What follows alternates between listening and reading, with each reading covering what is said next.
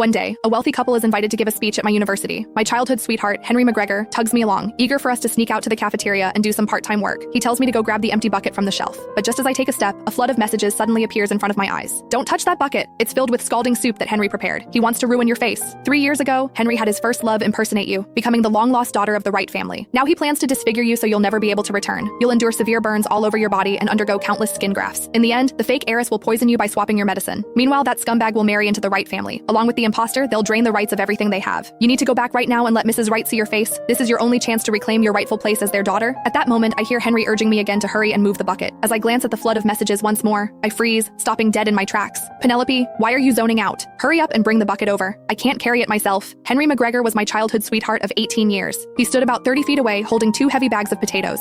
The flood of messages kept bombarding my vision. My poor heroine, please don't touch that bucket. Run. Your face is identical to Mrs. Wright's. If it's ruined, you'll never be able to return home. My legs trembled as I slowly took a step back. Henry called out to me twice more. When he noticed I wasn't moving, he took a couple of steps forward. Penelope, what's going on in your head? Glancing away from the bucket, I asked, Henry, I heard Mr. Victor Wright is here to give a speech today. He found his long-lost daughter a few years ago, didn't he? Henry's eyes widened, but he quickly masked his surprise with a shrug. How would I know about the affairs of rich people? But if we don't finish the job, we won't get paid today. He kept urging me, but I simply sat down at the doorway. I'm a little tired.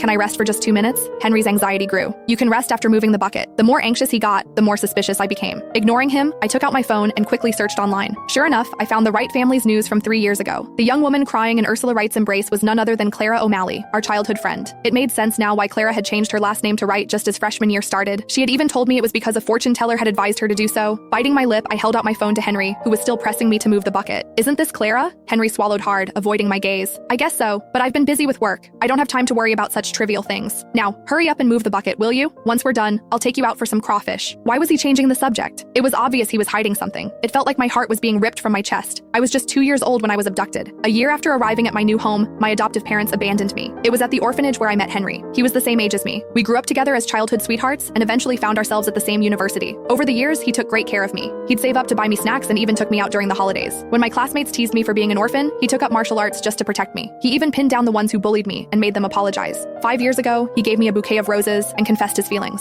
He knew that roses were my favorite flowers. He promised his eternal love, assuring me that we were each other's one and only family. I'd always pictured Henry and me getting married and spending forever together after graduation, but just 2 years after I became his girlfriend, he had another woman assume my identity to find her real family. Henry, am I your first love? I asked, struggling to keep my voice steady. Henry lowered his head, casually brushing away imaginary dust from the potato sack. Of course, Penelope. You're my first love. He's lying. This scumbag deserves to rot for deceiving you. A bitter sting filled my nose. I lowered my gaze, disappointment crashing over me. Clara entered the orphanage when we were just 10 years old. With her mesmerizing voice and striking beauty, she quickly grew attached to Henry, trailing him around